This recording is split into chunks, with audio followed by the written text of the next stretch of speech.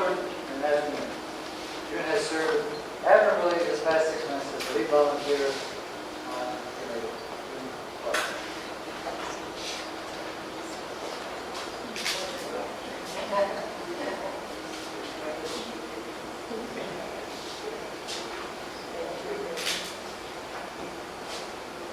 Bob Clark, the little teapot.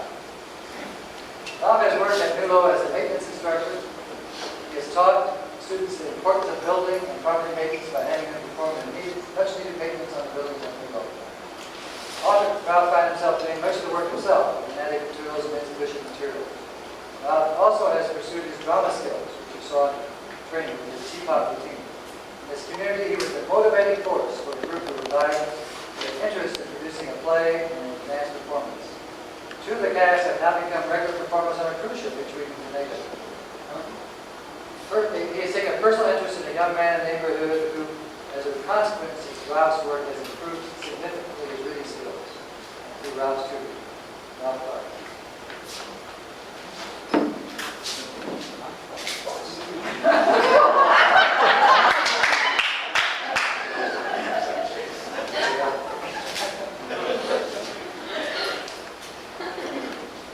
Carolyn Jernigan. Carolyn spent the first year as a roving reading instructor in the northern parish of St. Patrick's, providing illustration lessons and sharing teaching techniques with teachers in primary schools. When the reading project expanded into the full-scale language arts education project, Carolyn helped the APCD Minister of Education develop the project plan. She has served her second year as one of the 3 project leaders as the curriculum development specialist. Carolyn has also been actively involved with Friends of Library, fundraising activities to purchase books for the children's section, adult literacy program presented for television, the St. John's Ambulance Brigade, the Young Women's Community Organization, and the town of her original assignment. Carolyn.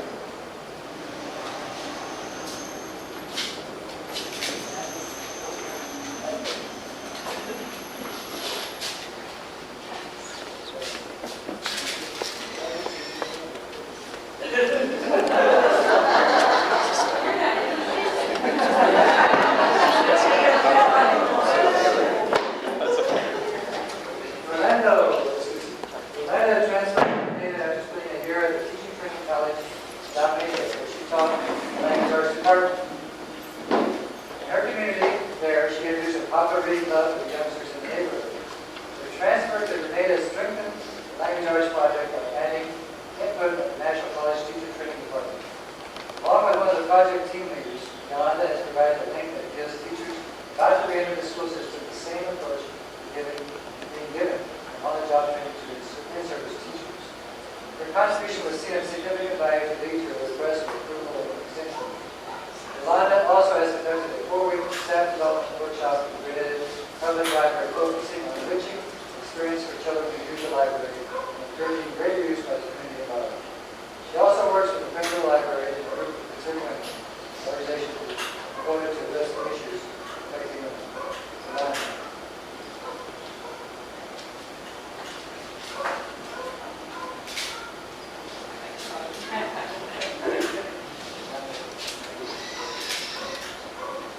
Okay, the last one here of this Grenada remind. This is the one I've been worried about. She says she's not pregnant. Mary Rodgers, member of the reading project. Mary spent the first year as a roving reading instructor in Eastern Parish of St. Andrews, providing demonstration lessons and sharing teaching techniques with the teachers in the primary schools.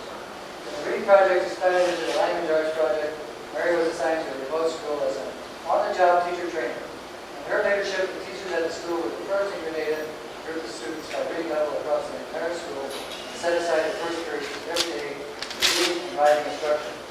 Despite some rough spots along the way, the poem has continued throughout the entire year. While visiting the school during that particular period, one sees every child reading. Mary has also brought her artistic talents to the project, introducing the idea of reading children to life by first getting them to draw.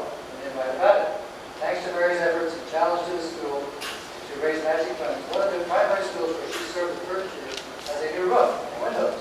Mary raised the challenge funds from friends in the U.S. and the community in Greenville, raised several thousands himself. Mary has shared her plant painting and gardening talents with PCBs and community friends. have enjoyed our fresh vegetables, tacos, and many have enjoyed our paintings of board buses and other local scenes on their walls. Very much.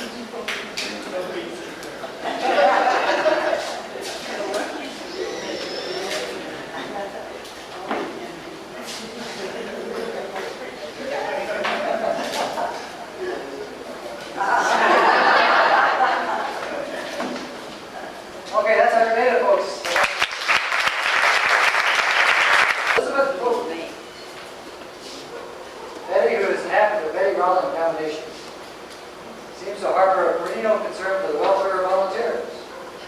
Emergence of this caring concern, which often went beyond their call of duty, may have been the result of her their being parents to his son, who has been serving as a Peace Corps ABCD in Ghana, and has just recently taken a new position previously in the Soviet Republic. Betty was assigned to the Academy All-Age School as an art teacher. Her contribution was not limited to the field of art. It incorporated teacher development sessions, strengthening the Parent Teachers Association, and the establishment and operation of the school library. Betty Rollin combination from the standpoint of attitude, commitment, performance, age, and status will leave a great deal of food for thought with respect to the teacher selection and balance in the composition of PCBs for which program in general and St. Kitts and Nevis. Elizabeth Hurlbut.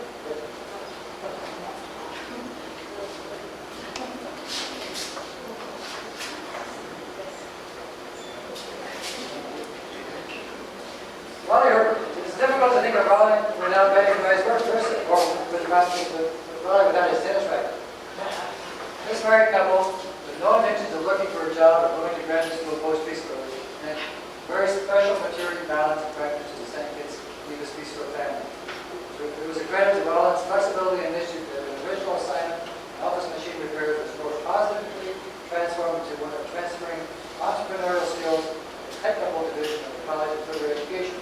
With the head of the division, Mr. Vincent Hennis, has expressed satisfaction with Raleigh's performance and attitude, spoken glowing terms of his willingness to assist with extracurricular activities.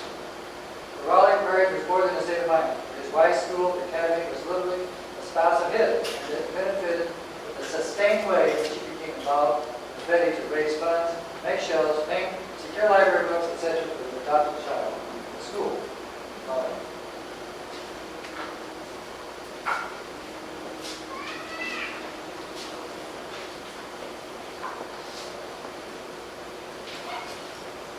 Bill Rasmussen.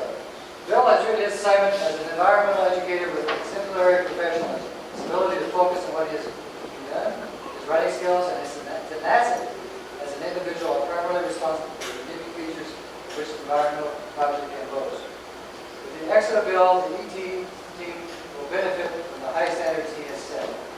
Small wonder that Bill is called Mr. Environment and has earned the respect of staff and students at the schools where he has taught. His environmental lessons will be heard and be remembered for years to come. Bill Rasmussen.